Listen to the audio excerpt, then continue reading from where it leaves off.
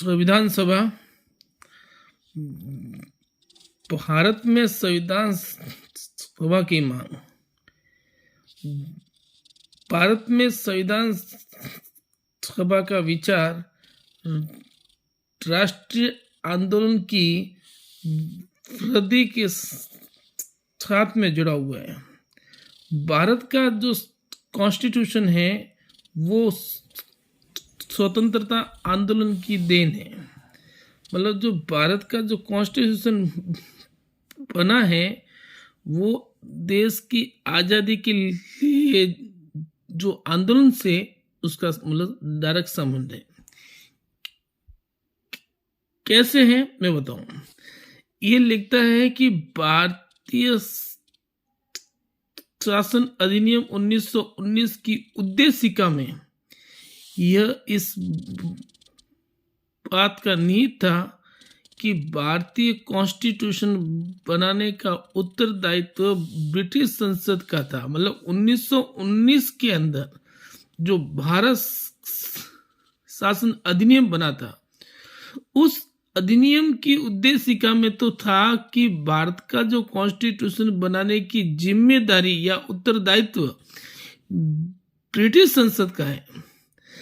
भारत के राजनीतिक दल इस बात को नहीं मानते थे। वो ये कहते थे कि 1919 का एक्ट जिस ढंग से बना है उसमें कॉन्स्टिट्यूशन असेंबली का विचार छिपा हुआ था।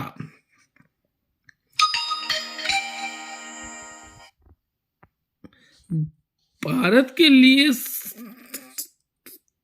संविधान सभा का पहली बार निश्चित ढंग से जो उल्लेख है वो महात्मा गांधी ने 1922 में अपने शब्दों में कहा था कि स्वराज ब्रिटिश संसद की देन नहीं होगा, वह भारत की पूर्ण आत्म अभिव्यक्ति की घोषणा होगा। यह बिल्कुल सत्य है कि यह भारत की संसद के एक एक्ट के द्वारा प्रकट होगा, पर यह कार्य भारत के लोगों की घोषित इच्छा की पुष्टि मात्र होगा।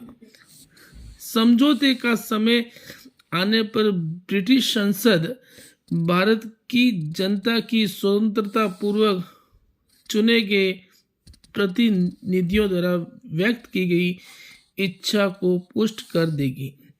तो कहने का मतलब है कि गांधी जी की इच्छा थी कि भारत का संविधान भारत की आम पब्लिक की इच्छा अनुसार हो।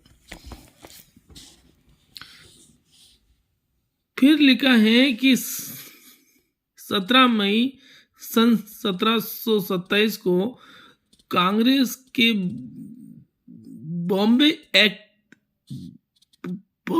अधिवेशन के अंदर मोतीलाल नेहरू ने एक प्रस्ताव पेश किया कि कांग्रेस कार्य समिति भारत के सभी राजनीतिक दलों से सलाह मशविरा करके भारत के लिए एक संविधान निर्माण की बात करे, और इस प्रस्ताव की परिणति थी कि नेहरू रिपोर्ट, जिसमें प्रस्तावित भारतीय संविधान की रूपरेखा दी गई है। मतलब 17 मई सन 1927 को कांग्रेस के बम्बई अधिवेशन में इस बात का प्रस्ताव रखा था मोतीलाल नेहरू ने। वो चाहते थे कि भारत का एक कॉन्स्टिट्यूशन असेंबली बने। ठीक है। फिर जून 1934 में कांग्रेस कार्य समिति ने पहली बार कॉन्स्टिट्यूशन की औपचारिक रीति से मांग प्रस्तुत की। बहुत अच्छा सवाल है। जून 1934 में कांग्रेस की जो वर्किंग कमेटी है जिसने पहली बार कॉन्स्टिट्यूशन असेंबली की मांग को प्रस्तुत किया, और उसके बाद में कांग्रेस के मंच से समय समय पर संविधान सभा के गठन की मांग उठती रही। तो प्रश्न आ सकता है कि कांग्रेस ने जून 1934 में पहली बार कॉन्स्टिट्यूशन असेंबली की बात को स्वीकार किया। आगे लिखता है, ये लिखता है 1938 के कांग्रेस अधिवेशन में पंडित जवाहरलाल नेहरू ने कहा कि भारत की जो कॉन्स्टिट्यूशन का बनाने का कार्य एक कॉन्स्टिट्यूशन असेंबली के द्वारा होना चाहिए, जो भी एडल्ट फ्रेंचाइज मतलब वयस्क मताधिकार के आधार पर भारत की जनता के द्वारा चुनी हुई हो। नेहरू की मांग को ब्रिटिश सरकार ने आधिकारिक रूप से 8 अगस्त 1940 को अगस्त प्रस्ताव लॉर्ड लिथगो के द्वारा पहली बार इसे एक्सेप्ट किया गया कि भारतीय कॉन्स्टिट्यूशन का निर्माण भारतीयों की प्रतिनिधि सभा द्वारा किया जाएगा। मतलब 1938 के अंदर कांग्रेस के हरिपुरा अधिवेशन में उसकी अध्यक्षता कर रहे थे सरदार पटनी क्या सुभाष चंद्र बोस। तो उस सुभाष चंद्र बोस ने 1938 में कांग्रेस के अधिवेशन की अध्यक्षता की। उसी अधिवेशन में पंडित जवाहरलाल ने भारतीय कॉन्स्टिट्यूशन के निर्माण की बात कही थी। उन्होंने कहा कि कॉन्स्टिट्यूशन असेंबली जो है वो एडल्ट फ्रेंचाइज के आधार पर भारत की जनता के द्वारा चुनी जाए। इस मांग को ब्रिटिश सरकार ने अगस्त 1940 के प्रस्ताव में एक्सेप्ट किया और एक्सेप्ट करने वाले ब्रिटिश अंग्रेज गवर्नर थे लॉर्ड लिथगो ने पहली बार इस बात को स्वीकार किया कि भारत का जो कॉन्स्टिट्यूशन है वो भारतीयों के द्वारा चुनी हुई प्रतिनिधि सभा के द्वारा किया जाएगा। बहुत अच्छा यहाँ से प्रश्न बन सकता है और ये प्रश्न बनने लायक ही है, क्योंकि ये इसमें से अगस्त प्रस्ताव 8 अगस्त 1940 को हुआ पारित।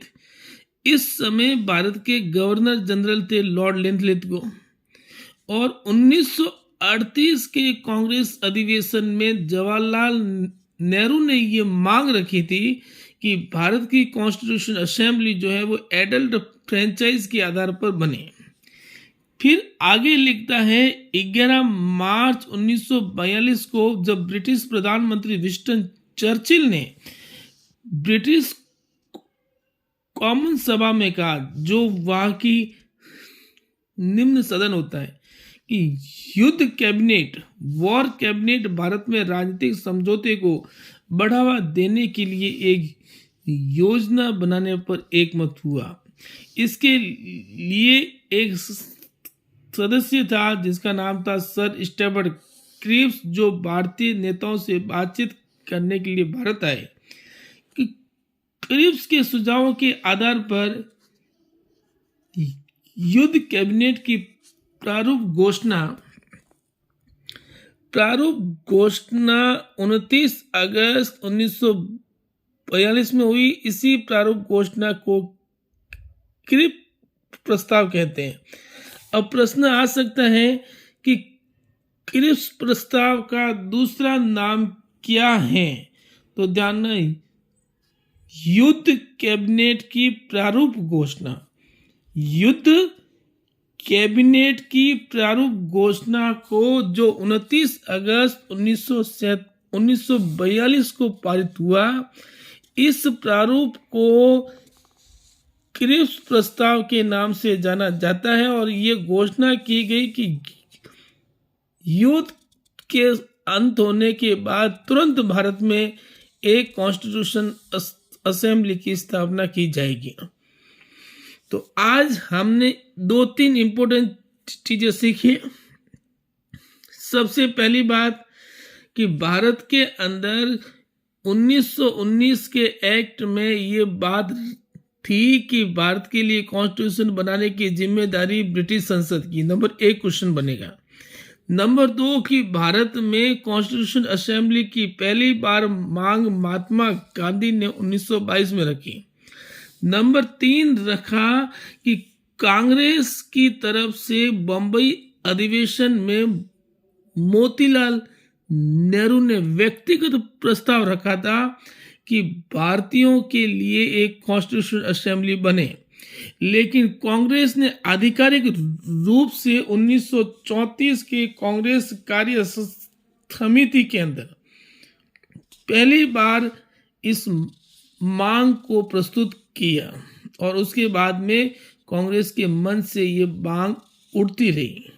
1938 के कांग्रेस के हरिपुरा अधिवेशन, ये जानना, 1938 में कांग्रेस का हरिपुरा जो अधिवेशन, जो पंडित जवाहरलाल नेहरू ने पहली बार ये मांग रखी कि इंडिया की कॉन्स्टिट्यूशन असेंबली जो है वो एडल्ट फ्रेंचाइज के आधार पर हो, और इस मांग को ब्रिटिश सरकार ने 8 अगस्त 1940 को एक्सेप्ट किया। और उस समय भारत के जो गवर्नर जनरल थे उनका नाम था लॉर्ड लिंथलिथगो। उसके बाद में विंस्टन चर्चिल ने एक ब्रिटिश संसद में स्टेफर्ड क्रिप्स के नेतृत्व में एक यूथ कैबिनेट की प्रारूप की घोषणा की, जो 29 अगस्त 1942 में, इस घोषणा को हम क्रिप्स प्रस्ताव कहते हैं। और इसमें यह कहा गया कि दूसरा वर्ल्ड वार एंड होते ही भारतीयों के लिए एक कॉन्स्टिट्यूशन असेंबली की बात की जाएगी और स्थापना की जाएगी। धन्यवाद। इससे आगे हम अगले वीडियो में देखेंगे। धन्यवाद।